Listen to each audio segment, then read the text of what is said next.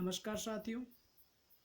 इस वीडियो में हम माध्यमिक शिक्षा बोर्ड राजस्थान अजमेर के पाठ्यक्रम के अनुसार 12वीं कक्षा के अनिवार्य हिंदी प्रथम की पाठ्यपुस्तिका सृजन के दूसरे काव्यखंड भ्रमर गीत से चयनित कुछ पद का अध्ययन करेंगे और इसमें सूरदास के 6 संकलित पद जिनमें गोपियों का और निर्गुण योग के उपासक उद्धव का संवाद सूरदास ने अपनी कलम के माध्यम से एक बेहतर ढंग से उकेरा है कि किस प्रकार से गोपियों के माध्यम से सूरदास सगुण भक्ति या ईश्वर के साकार रूप में हमारी आस्था को मजबूती प्रदान करते हैं। सबसे पहले हम पाठ परिचय का देखें और उसके बाद इन 6 पदों का अध्ययन करेंगे। यदि आप साहित्यिक संवर्धन मंच नामक चैनल पर पहली बार जुड़े हैं तो चैनल को सब्सक्राइब कर बेल आइकन दबा दें ताकि इस चैनल पर जो भी वीडियो हिंदी या तत्संबंधी अपलोड किए जाएंगे उन सब से आप वाकिफ़ होंगे। चलिए हम देखते हैं पाठ परिचय। पाठ परिचय में देखिए, इस पाठ में सूरसागर के भ्रमर गीत से 6 पद लिए गए हैं और इन 6 की चर्चा हम इस वीडियो में करेंगे कि कौन कौन से 6 पद है। और श्री कृष्ण ने विरहवेदना से व्यथित गोपियों को सांत्वना देने हेतु उद्धव को भेजा है। मथुरा से उद्धव योग संदेश लेकर के गोकुल आते हैं और उद्धव उन्हें निर्गुण ब्रह्म और योग का उपदेश देते हैं। यह महत्वपूर्ण है क्योंकि उद्धव खुद निर्गुण ब्रह्म और योग के पैरोकार है और उन्हीं संदेश को गोपियों तक ले जाते हैं। तभी वहाँ एक भंवरा आता है। गोपियाँ भ्रमर के बहाने उद्धव को जवाब देती हैं। उन्हें कड़वी ककड़ी के सम्मान योग का उपदेश अरुचिकर लगता है, अखरता है, अच्छा नहीं लगता है। उनके लिए मिलन और विरह दोनों स्थितियों में श्री कृष्ण से लगाव लाभदायक लगता है। चाहे मिलने की बात हो, चाहे बिछड़ने की बात हो, चाहे संयोग की बात हो, चाहे विप्रलभ या वियोग की बात हो, गोपियाँ चाहती हैं कि हमें श्री कृष्ण से या हमारे तार श्री कृष्ण से जुड़े हुए होने चाहिए। और मथुरा काजल की कोठरी के समान है, उनकी आँखें कृष्ण दर्शन को व्याकुल है।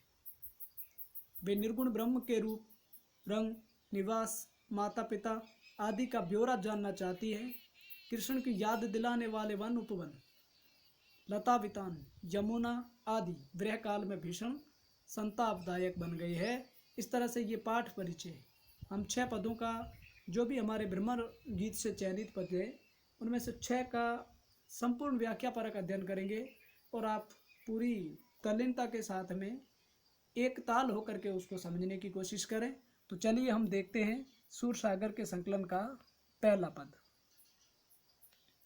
पहले पद में है कि हमारे हरि हारिल की लकड़ी मन बच क्रम नंद नंदन सो उर्य दृढ़ करी पकड़ी जागत सोवत अपने सोतुक कान कान जकरी सुनतई जोग लगत ऐसो अली जूं करुई ककरी सोई व्याधि हमें ले आए देखी सुनी ने करी ये तो शूर तिन्ह ले दी जई जिनके मन चक्री।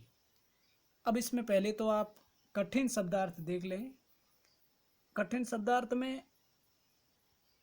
हारिल की लकड़ी एक हारिल पक्षी का नाम है जो लकड़ी को अपने पंजों में दबा करके लगातार अपने पास रखता है, यानी कि उनको छोड़ता कतई नहीं। और मन वच क्रम यानी कि मन वचन और क्रम, नंद नंदन श्री कृष्ण को कहा गया है और हृदय को कहा गया है। पकड़ी यानी कि पकड़ना, जागत सोवत यानी कि जागना और सोना, सपने यानी कि स्वप्न में, सोतों का मतलब होता है साक्षात सामने, काने काने कृष्ण कृष्ण, जकरी यानी कि जकड़ना मजबूती के साथ में पकड़ना। और फिर अली भ्रमर को कहा गया है या सखी को भी कहा जाता है। कड़वी यानी कि कड़वी, व्याधि रोग को कहा जाता है और शारीरिक रोग को कहा जाता है। तिन्हें यानी कि उन्हें, चक्री यानी कि जिनके मन चक्कर खाने वाले हैं, यानी कि जिनके मन दिग्भ्रमित होते हैं। फिर अब हमारे अर्थ को देखिए। हमारे हरी हारिल की लकड़ी। गोपियाँ जब ज्ञान योग और निर्गुण का संदेश लेकर के मथुरा से उद्धव आते हैं और इस बीच एक भ्रमर भी आता है, तब गोपियाँ उद्धव को बताती है कि हमारे हरि हारिल की लकड़ी है, यानी कि हमारे श्री कृष्ण उस हारिल के पंजे में पड़ी हुई लकड़ी के समान है। कि हारिल जो पक्षी है वो उस लकड़ी को छोड़ता नहीं है, ठीक उसी प्रकार से श्री कृष्ण भी हमारे रग रग में बस गए हैं। यानी कि श्री कृष्ण को तो हम छोड़ ही नहीं सकती, या श्री कृष्ण के या श्री कृष्ण की भक्ति के त्याग की कल्पना मात्र से भी हमारा मन शिहर उठता है। मन बच क्रम नंद नंदन सो उड़िए दृढ़ करी पकड़ी। मन से, वचन से और कर्म से, मनसा वाचा कर्मणा, श्री कृष्ण को हमने हमारे हृदय में बड़ी मजबूती के साथ स्थापित कर लिया है। यानी कि हम उन्हें मन से, वचन से और कर्म से किसी भी सूरत में श्री कृष्ण को छोड़ना नहीं चाहती, या हम उन्हीं का सानिध्य पाना चाहती है, या उन्हीं के सानिध्य में रहना चाहती है। जागत सोवत, जागते वक्त, सोते वक्त, सपने में, सोतों यानी कि साक्षात्कार, जागते सोते सपने में साक्षात सीधे सामने काने काने की रट लगी हुई है। कृष्ण कृष्ण हमारे बसा हुआ है। सुनत ही जोग लगत ऐस वाली जो करवी ककरी। और ये जोग संदेश, ये उद्धव, ये जो निर्गुण योग का संदेश आप लेकर के आए हो, ये तो हमें कड़वी या खट्टी ककड़ी के समान लग रहा है। यानी कि ये हमारे पचने वाले में नहीं है। और आगे सोई व्याधि हमें ले आए देखी सुनी ने करी। और इस प्रकार की पीड़ा, इस प्रकार का रोग, इस प्रकार का ज्ञान संदेश या ये निर्गुण ब्रह्म का संदेश हमें दिया है, जिनके हमने न तो सुना है और न इसके बारे में हमें कोई जानकारी है। और यह तो सूर तिन्हें ले दीजिए जिनके मन चक्री। और सूरदास कहते हैं कि गोपियाँ कह रही हैं, यह जो निर्गुण ब्रह्म का संदेश है उन लोगों को दे दीजिए जिनका मन चक्री के समान भ्रमित होने वाला है। हमारा मन तो श्री कृष्ण के प्रेम में स्थिर है, और श्री कृष्ण की रूप छवि के अलावा हमारे जहन में या हमारे हृदय में किसी भी शक्ति की छवि स्थापित नहीं हो सकती। इसलिए निर्गुण योग का संदेश उन लोगों को दीजिए जिनके मन चक्री के समान घूमते रहते हैं, भ्रमित होते रहते हैं। तो इस प्रकार से इसमें हमारे हरि हारिल की लकड़ी, इसमें उपमा और अनुप्रास दोनों अलंकार है। और भाषा तो आपको पता है, सूरदास ब्रज भाषा में अपनी रचनाएं करते हैं। तो ब्रज भाषा, अनुप्रास, उपमा, इस प्रकार के अलंकार का प्रयोग भी किया गया है। और फिर आप देखते हैं कि गोपियों की श्री कृष्ण के प्रति किस प्रकार से अनन्य निष्ठा और प्रेम आसक्ति है, जो इस पद में परिलक्षित हो रही है। ये पहला पद जिनको हमने पढ़ा। अब हम पढ़ेंगे दूसरा पद। दूसरा पद देखिए। दूसरे पद में, हम तो दुहू भांति फल पायो, जो वृद्धनाथ मिले तो नीको, ना तरु जग जस गायो। कहें वे गोकुल की गोपी सब बरणहीन लग जाती, कहें वे कमला के स्वामी संग मिली बैठ इक पाती। निगम ध्यान मुन्नि ज्ञान अगोचर ते भय घोष निवासी। और ता ऊपर अब सांच कहूँ दो मुक्ति कौन की दासी।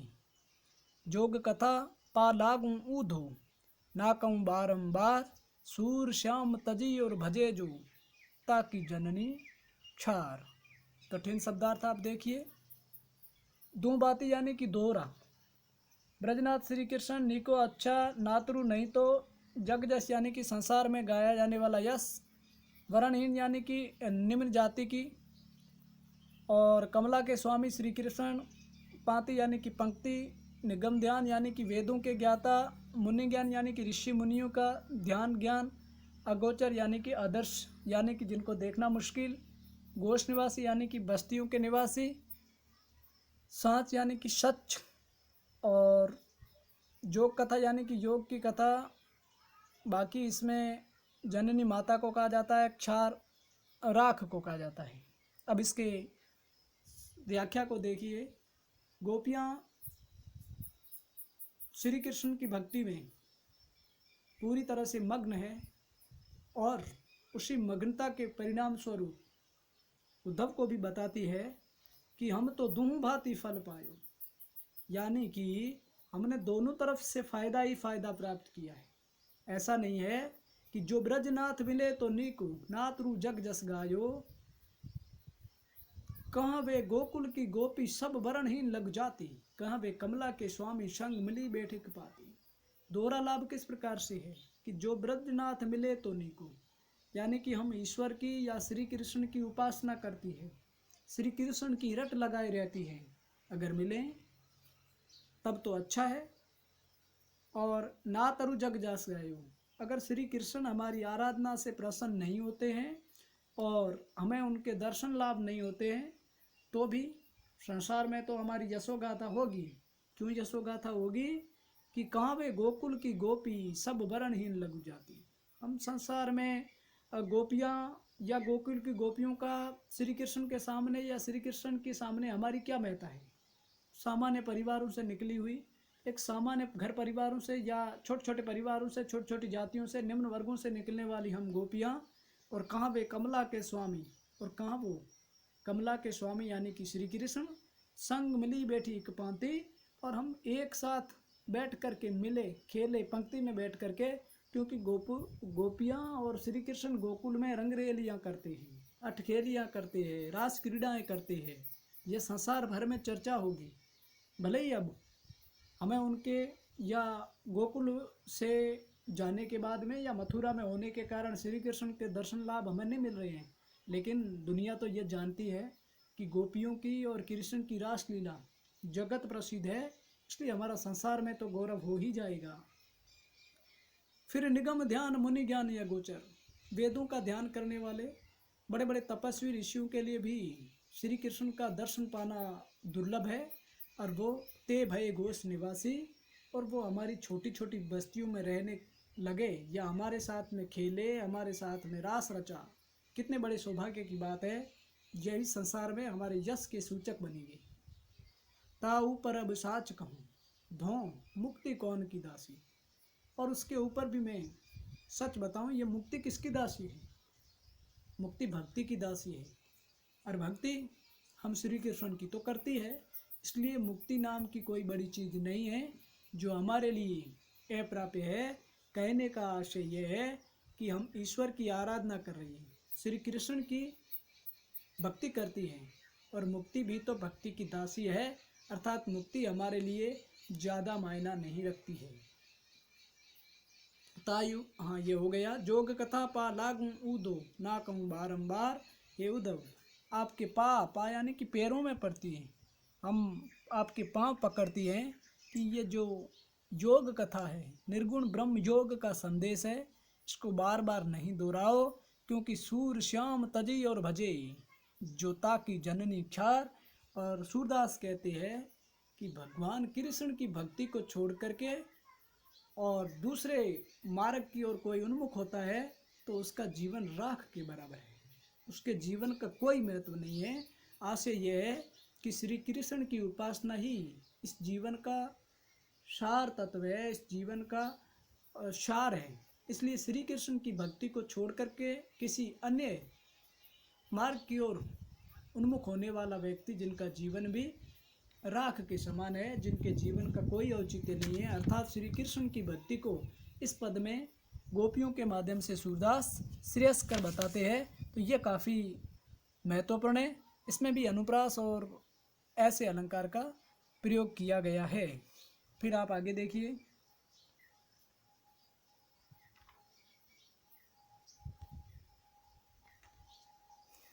बिलग जनी मान हूँ ऊधो प्यारे, वह मथुरा काजर की कोठरी जे आवी ते कारे। तुम कारे सुफलक सुत कारे, कारे मधुप भंवारे, तिनके संग अधिक छवि उपजत कमल नयन मनियारे। मानव नील माट ते काडे ले जमुना जाए पखारे, ता गुण श्याम भई कालिंदी सूर श्याम गुण न्यारे। इसमें देखिए कठिन शब्दार्थ हम देखें तो बिलग का अर्थ होता है अलग या अन्यथा, जनी यानी कि मत, उदो उद्धव के लिए, और आवी यानी कि आने वाले, कारे यानी कि काले, सुफलक सुत महत्वपूर्ण है, इसका ध्यान रख लेना। ये जो सुफलक सुत है इस संदर्भ में प्रश्न भी पूछा जाता है। अक्रूर को कहा जाता है, मधु भ्रमर को कहा है, और कमल नयन श्री कृष्ण को मणियारे मणि के समान या मणि माणिक्य के समान चमक पैदा करने वाले, नील नीला, माट मटका, काडे यानी कि निकालना, पखर यानी कि धोना, कालिंदी यानी कि यमुना, और बाकी कठिन शब्दार्थ तो इतने ही है।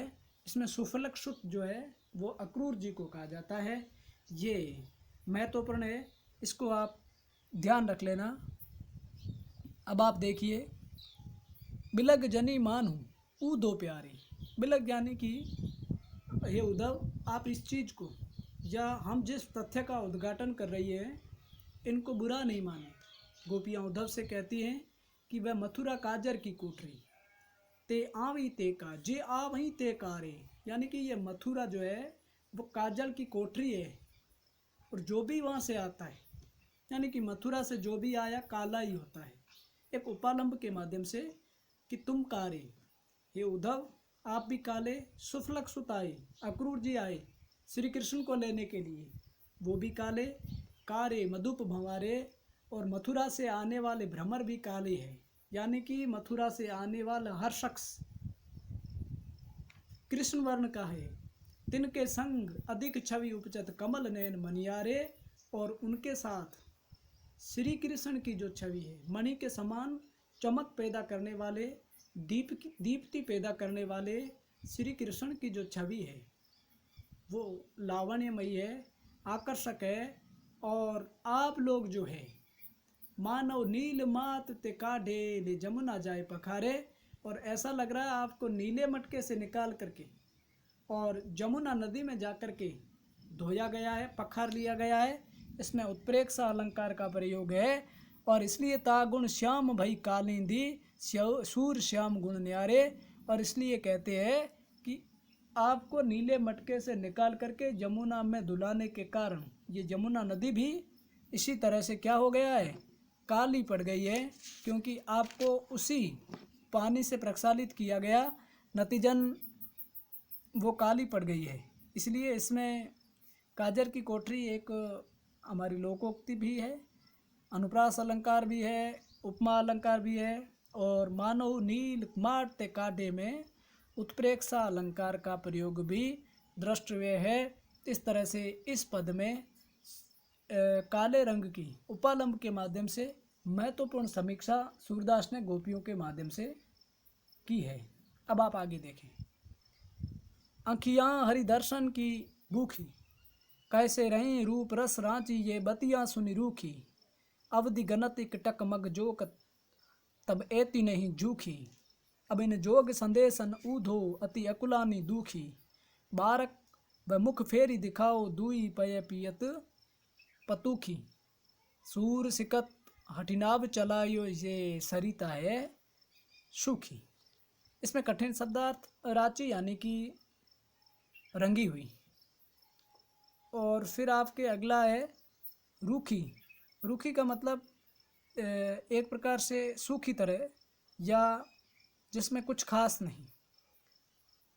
फिर आपके जूखी यानी कि दुखी या पछताना, और फिर आपके इसमें अकुलानी यानी कि अकुलाट, बारक यानी कि एक बार, पत्तू की जो पत्तल का दोना होता है जिनसे छोटे छोटे बच्चों को दूध पिलाया जाता है, और सिकत, सिकत रेत राशि को कहा जाता है, और सरिता नदी को कहा जाता है। अब इसमें देखिए, गोपियाँ श्री कृष्ण की व्याकुलता के कारण उद्धव से संवाद करती है, बातचीत करती हैं। वो कहती है आँखियाँ हरि दर्शन की भूखी। ये जो हमारी आँखें हैं ये श्री कृष्ण के दर्शन की भूखी है, श्री कृष्ण के दर्शन की चाहत उन्हें है। और इसलिए कैसे रहें रूप रस राची, ये बतियाँ सुनी रूखी। और इसलिए ये जो आपकी निर्गुण साधना की रूखी बातें सुनकर हमारी आँखें जो श्री कृष्ण के रूप में रंगी हुई हैं कैसे रह सकती है। अवधि गनत इकटक मग जोवत तब एती नहीं झुकी। श्री कृष्ण के आने की बाट जोते जोते, मग रास्ते को कहते हैं, श्री कृष्ण के आने की राह देखते देखते हमारी आँखें इतनी दुखी नहीं हुई, इतनी हमारी आँखों को तकलीफ़ नहीं हुई। मगर आपके निर्गुण योग संदेश की जो बात है वो तो हमें कांटे की तरह चुभती है। कहने का आशय यह है कि श्री कृष्ण के दर्शन की व्याकुलता में भी हम रह सकती हैं, लेकिन आपके निर्गुण योग संदेश की कल्पना मात्र से हम सहम उठती है। अब इन जोग संदेशन ऊदो अति अकुलानी दुखी। और इस योग संदेश से, निर्गुण ब्रह्म के संदेश से हमारी आँखें या आपके योग साधना का उपदेश या संदेश को सुनकर ये अत्यधिक व्याकुलता से दुखी है या तकलीफ़ महसूस कर रही है। इसलिए वो उद्धव से कहती है कि बारक व मुख फेर दिखाओ दुई पय पीवत पतु की। यानी कि वो श्री कृष्ण का या श्री कृष्ण के उस मुख को दिखलाओ जब छोटे श्री कृष्ण अपने हाथ से पत्तल के दोने से दूध पीते थे और किस प्रकार से उनकी मुखाकृति दूध से दूधिया हो जाती थी। उस रूप माधुरी को हम पुनः देखना चाहती हैं। और गोपियाँ उद्धव को कहती है कि सूर सिकत हटिनाब चलायो, यह सरिता है झूठी सूखी। अब इसमें देखिए कि सूरदास कहते हैं कि हम तो श्री हरि के बिना सूखी नदी के बराबर है और सूखी नदी में नाव नहीं चलाई जा सकती। और इसलिए आप जो हठपूर्वक योग रूपी संदेश की नाव चलाने का प्रयास कर रहे हैं, ये आपका निर्गुण ब्रह्म का संदेश है, ये आप व्यर्थ ही दे रहे हैं। इसलिए आप हमें निर्गुण योग या निराकार ब्रह्म का संदेश देने की बजाय हमें श्री कृष्ण के उस रूप का दर्शन करें जिसको देख करके हमें और हमारी आँखों को, हमारे अंतर्मन को शांति मिले, सांत्वना मिले। इस प्रकार से इस पद में निर्गुण ब्रह्म का या निराकार ब्रह्म का भी खंडन करने का प्रयास किया गया है। और अब तो पूरी तरह से निर्गुण भक्ति का खंडन किया गया है। निर्गुण कौन देश को बासी, मधुकर हंसी समुझाए सोह दे बूझती सांच ने हंसी। को है जनक जननी को कैयत, कौन नारी को दासी, कै सुबरण भेष है केसो, के ही रस में अभिलाषी। पावे गो पुनिकियो यापनो जोरे, कहे गो गांसी। सुनत मौन वे रयो, ठग्यो सो सूर सबे मति नासी। अब इसमें आप निर्गुण कौन देश को बासी यानी कि निवास करने वाला, कठिन शब्दार्थ भी हम देख लेते हैं। कठिन शब्दार्थ देख लीजिए पहले आप तो। बासी यानी कि बास करने वाला, मधुकर यानी कि भ्रमर, सोह दे यानी कि सौगन देख करके, आंसी यानी कि मजाक, जनक पिता, जननी माता, नारी पत्नी, दासी नौकरानी, वर्ण यानी कि वर्ण, भेष यानी कि वेश, रस यानी कि श्रृंगार, करुण, अद्भुत। इस प्रकार से गांसी यानी कि झूठ या असत्य, नासी यानी कि नष्ट, ठगे यानी कि ठगा हुआ या ठगी हुई। अब आप कठिन शब्दार्थ के बाद में भावार्थ देखिए। निर्गुण योग का या निर्गुण ब्रह्म या निराकार ब्रह्म के संदेश को पूरी मजबूती के साथ उद्धव जब गोपियों के सामने प्रस्तुत करते हैं तो गोपियां उनसे प्रश्न करती है कि निर्गुण कौन देश को बासी, यानी कि हे उद्धव, जिस निराकार निर्गुण ब्रह्म की आप बात कर रहे हैं, जरा बताएं ये निर्गुण जो आपका निर्गुण योग का या निर्गुण ब्रह्म की उपासना है, ये किस देश का है, कहाँ का निवास करने वाला है। मधुकर हंसी समझाए सोह दे बूझती सांच ने हंसी। और हम हंस कर के आप खुशी खुशी से बताएं, सौगंध दे कर के हम पूछती है, हंसी मजाक नहीं बल्कि सत्य हम जानना चाहती है कि आपका निराकार या निर्गुण ब्रह्म योग जो है वो कहाँ के निवासी है, कौन है उनके जनक, पिता कौन है, माता कौन है, उनकी पत्नी कौन है, उनकी नौकरानी कौन है, कैसा उनका वर्ण है, कैसा उनका पहनावा है, और वो किस रस में अभिलाषी है, बताएं। आप जिस निर्गुण ब्रह्म की उपासना की हमें सलाह या हिदायत दे रहे हैं उसके बारे में आप बताएं, उनका पूरा का पूरा ब्यौरा हमें बताएं। और आगे देखिए, पावे गो पुनि कियो आपनो जोरे कहे गो घासी। अगर उद्धव आपने उनके माता पिता पत्नी रस वेश वर्ण के बारे में झूठ बताया तो आपके किए हुए का फल आपको मिलेगा। अतएव आप सच सच बताएं, उनका पूरा परिचय हमें दें, जिनकी हमें उपासना करने के लिए आप बार बार प्रयास कर रहे हैं। सुनत मौन वेर्यो ठग्यो सो सूर सबे मतिनासी। और सूरदास कहते हैं कि उद्धव सभी गोपियों की बातों को सुनकर के उनको लगता है कि गोपियों की मति नष्ट हो गई है, उनकी बुद्धि भ्रमित हो गई है, क्योंकि निराकार निर्गुण ब्रह्म की कोई रूप नहीं, कोई रंग नहीं, कोई जाति नहीं, कोई माता नहीं, कोई पिता नहीं, कोई पत्नी नहीं, कोई दासी नहीं। आज से स्पष्ट है कि उनका इस प्रकार से कोई नहीं होता है, बल्कि वो तो निराकार है, निर्गुण है, निर्ग्रंथ है। तो इस तरह से यहाँ सूरदास ने गोपियों के जरिए हमारी सगुण भक्ति पर या ईश्वर की सगुण उपासना पर जीत, या निर्गुण पर सगुण की जीत, या निर्गुण पर सगुण की महत्ता प्रतिपादित करने का जो गोपियों के माध्यम से प्रयास किया है, निश्चित रूप से स्तुत्य है। अब हमारा अंतिम ही पद है जिनकी हम चर्चा करेंगे। तो देखिए, बिन गोपाल बेरिन भई कुंजे, तब ये लता लगती अति शीतल, अब भई विषम ज्वाल की पूंजे, वृथा बहती जमुना खग बोलत, वृथा कमल फूलें अली गूंजे।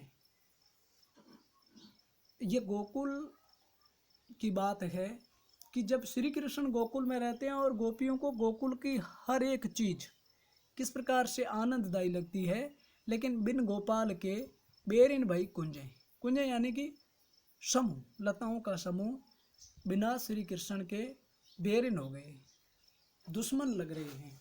तब ये लता लगती अति शीतल, और तब ये लताएं जो है बहुत शीतल लगती थी, बहुत ही ठंडी लगती थी या आनंददायी लगती थी। लेकिन अब वही विषम ज्वाल की पुंजें, अब तो ऐसा लग रहा है कि ये जो लताएं हैं वो एक विषम ज्वाला की लपट के समान लग रही है। वृथा बहती जमुना खग बोलत, वृथा कमल फूल अली गूंजें। और ये जो जमुना नदी, ऐसा लग रहा है कि पहले तो रास लीला के समय या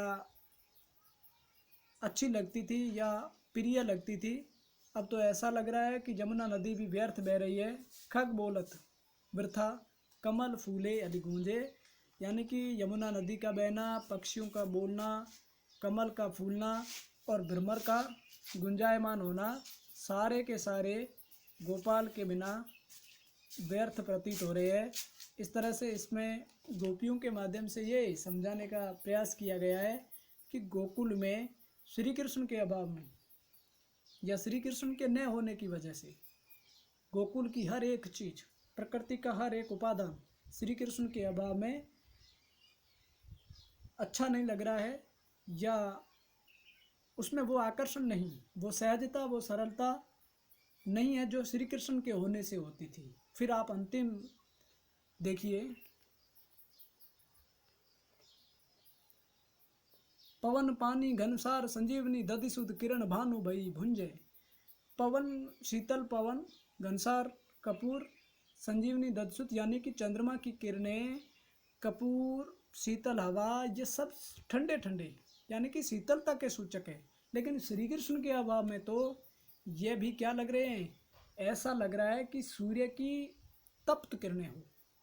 सूर्य की किरणें जिस प्रकार से अपनी तपन धरती पर फैलाती है, इसी प्रकार से शीतल हवा, पानी, कपूर, चंद्रमा की जो शीतलता है वो सारी की सारी सूर्य की किरणों के समान तपन देने वाली है, तकलीफ देने वाली है, क्योंकि श्री कृष्ण जो नहीं है।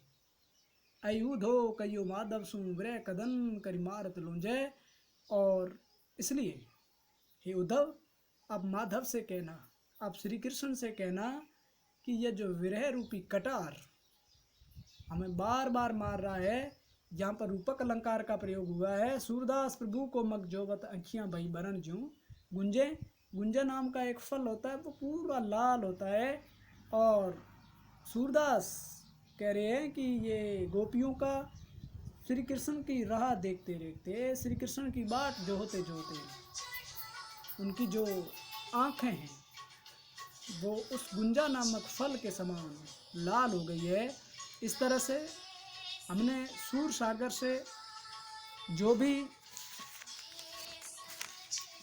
चयनित पद थे भ्रमर गीत के, ये सारे के सारे 6 पद जिनको हमने हमारी चर्चा में लिया, काफ़ी हद तक मेरी कोशिश रही कि हम अच्छे से समझने का प्रयास करें।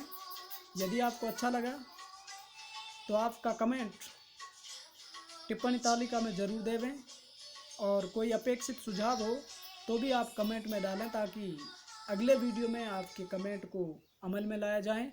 तो लेते हैं आपसे रुखसत होने की इजाज़त, मिलेंगे फिर नए वीडियो के साथ। तब तक आप सभी को जय हिंद, वंदे मातरम।